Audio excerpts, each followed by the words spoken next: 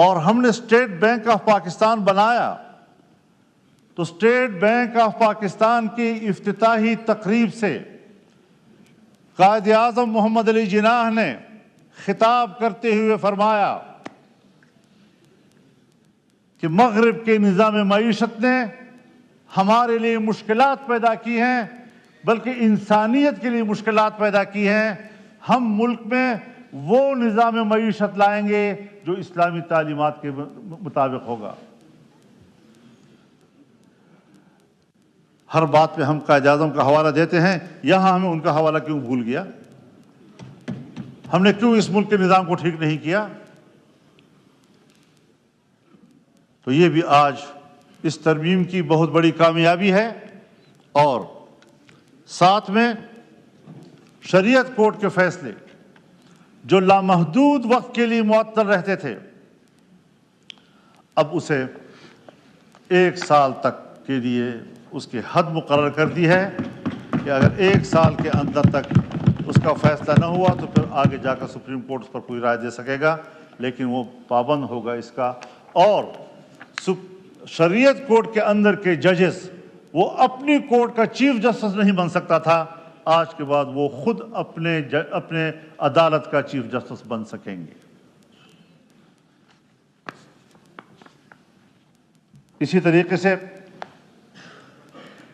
اگر شریعت کورٹ کے فیصلے کے خلاف اپیل کی گئی اور 1 سال میں کوئی فیصلہ نہ آیا اس اپیل کے حوالے سے، تو شریعت کورٹ کا فیصلہ خود بخود مؤثر ہو جائے گا۔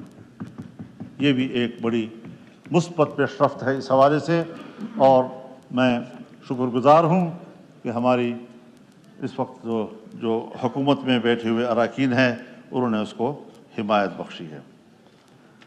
اس حوالے سے اسلامی نظریاتی کونسل کی سفارشات، ہم سن 1973 کے آئین کی بات کرتے ہیں، ہم سن 1973 کے آئین کی ترامیم کی بات کرتے ہیں۔ سن 1973 کے آئین کے بنتے ہی اسلامی نظریاتی کونسل قائم ہوئی۔ سوال پیدا ہوا کہ جب ہم نے آئین میں کہہ دیا ہے کہ اسلام پاکستان کا مملکتی مذہب ہوگا، جب ہم نے آئین میں کہہ دیا ہے کہ تمام قوانین قرآن و سنت کے تابع ہوں گے، جب ہم نے آئین میں کہہ دیا ہے کہ کوئی قانون قرآن و سنت کے خلاف نہیں ہوگا، شریعت کے مطابق قانون، اب یہاں پر تو مسلکی اختلافات ہیں، مذہبی اختلافات ہیں، کس فرقے کے قواعد و ضوابط اور ان کے فقہ کے تابع قانون بنے گا؟ تو یہ ایک کونسل بنائی گئی جس میں تمام مکاتب فکر کے علماء کی نمائندگی، ماہرین قانون و آئین، ریٹائرڈ ججز اس کے رکن بنے۔ لیکن آج 2024 تک سن 73 میں بنے ہوئے اسلامی نظریاتی کونسل کی سفارشات پر جو کہ مکمل ہو چکے ہیں، ایک قانون سازی بھی نہیں ہوئی، ایک قانون سازی بھی۔ کیا یہ ہم سب کے لیے باعث شرم بات نہیں ہے؟ تو اس حوالے سے آج حکومتوں کو از روئے آئین و دستور پابند کیا جا رہا ہے کہ 1 سال کے اندر آپ کو ایوان میں بھی پیش کرنا ہوگا، اور ایوان اس سفارشات پر قانون سازی کے لیے غور و فکر شروع کرے گا، بحث بھی کرے گا اس کے اوپر۔ اور ہاؤس میں کوئی نیا مسئلہ آ گیا، ایک ممبر اٹھتا ہے اور کہتا ہے کہ اس مسئلے کو شریعت کورٹ میں، اسلامی نظریاتی کونسل میں بھیجا جائے۔ پہلے 40% ہاؤس کے اراکین ووٹ کرتے تھے، تب جا کر وہ اس قابل ہوتا تھا کہ اسلامی نظریاتی کونسل میں جا کر اس کو حوالے کر دیا جائے۔ اب اس کو آسان بنایا گیا، 25% پر لایا گیا ہے۔ تو یہ بھی ایک بڑی کامیابی ہے، ایک پیش رفت ہے کہ ہم کچھ اس ملک کی اسلامی شناخت کی طرف آگے بڑھ رہے ہیں۔ اور آج کی اس ترمیم میں ان باتوں کی شمولیت کے بعد میں سمجھتا ہوں کہ اس ایوان نے 77 سال سے ہم جس چیز کے منتظر تھے اس حوالے سے ایک مؤثر پیش رفت کی ہے، اور اس پر پورا ایوان مبارکباد کا مستحق ہے۔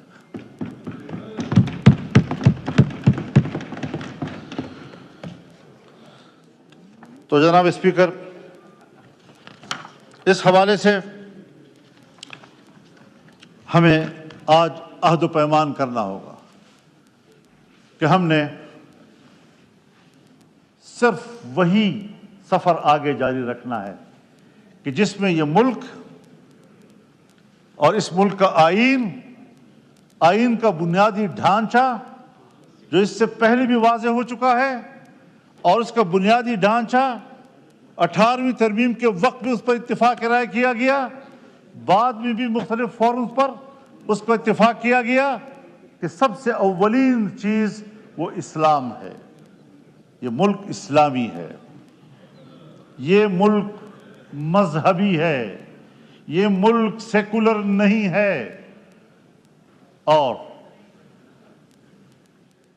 یہ ملک جمہوری ہے، یہ آمرانہ نہیں ہے، یہاں آمریت نہیں چلے گی۔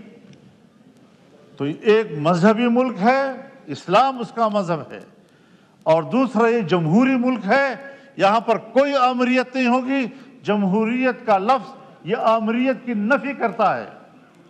اور تیسری چیز ہمارا وفاقی نظام ہے کہ ایک وفاق کے نیچے 4 وحدتیں ہیں، مزید بھی ہو سکتی ہیں، لیکن اس میں آئینی ترمیم کرنی، تو یہ بھی ایک بنیادی چیز ہے کہ ہم ایک وفاقی نظام رکھتے ہیں اور ہم کسی ون یونٹ کو تسلیم نہیں کریں گے، اور صوبوں کے اختیارات ہوں گے۔ صوبوں کو 18ویں ترمیم کے ذریعے سے اختیارات دیے گئے ہیں، اور ظاہر ہے کہ 1973 میں آئین بنا، جو اختیارات اس وقت آئین میں صوبوں کو دیے گئے تھے اس میں کہا گیا تھا کہ مزید اختیارات میں اضافہ 11 سال تک کیا جائے گا۔ 11 سال بھی گزر گئے، اور پھر بھی 11 سال گزر گئے، اور پھر بھی 11 سال گزر گئے، اور کہیں جا کر 2018 میں ہمیں یہ موقع ملا، اور پھر یہ اسلام کے حوالے سے پیش رفت۔ 73 میں آئین بنا، ایک قانون سازی نہیں ہوئی، کم از کم آج ہمیں اس حوالے سے بھی یہ تدریجی عمل ہے، ایک جمہوری انداز ہے۔ ہم تاخیر کر رہے ہیں تو یقیناً گناہ کے مرتکب ہو رہے ہیں، لیکن اگر ہم نے تیزی کی اور ہم نے جمہوریت کو مستحکم کیا تو ہمیشہ کے لیے ڈکٹیٹر یا امیرانہ سوچ رکھنے والی قوتیں مایوس ہو جائیں گی۔ ہم نے ہمیشہ ان کو دعوت دی ہے، ہم اس کے گناہگار ہیں، ہم نے غلط فیصلے کیے ہیں ہمیشہ اس حوالے سے۔ تو آج ہم ایک اچھی پیش رفت کی طرف بڑھ رہے ہیں۔ ہم نے جو بھی کوشش کی اور محنت کی ہے اسی حوالے سے کی ہے کہ پارلیمنٹ عوام کی نمائندہ ہے، عوام کے پاس خود اعتمادی ہونی چاہیے، عوام کو ہم نے خود اعتمادی دینی ہے کہ فیصلے آپ نے کرنے ہیں، آپ کے نمائندوں نے کرنے ہیں، کسی نے باہر سے آ کر ہم پر فیصلے مسلط نہیں کرنے۔ اور الحمدللہ اس بار ہم اس میں کامیاب ہوئے ہیں۔ میرے خیال میں ہم نے اس پر ووٹ کرنا ہے۔ اگر ہمارے تحریک انصاف کے دوست اس میں، چونکہ ان کی بھی محنت شامل ہے میرے ساتھ، یہاں تک جو ہم پہنچے ہیں، جتنی میٹنگیں میری حکومتی ٹیموں کے ساتھ ہوئی ہیں اتنی ہی ان کے ساتھ ہوتی رہی ہیں۔ ایک لمحے کے لیے ایسا نہیں ہوا کہ ہم نے کچھ باتیں طے کی اور ان کے نوٹس میں ہم نہیں لائے، ہر بات ان کے نوٹس میں لائے ہیں۔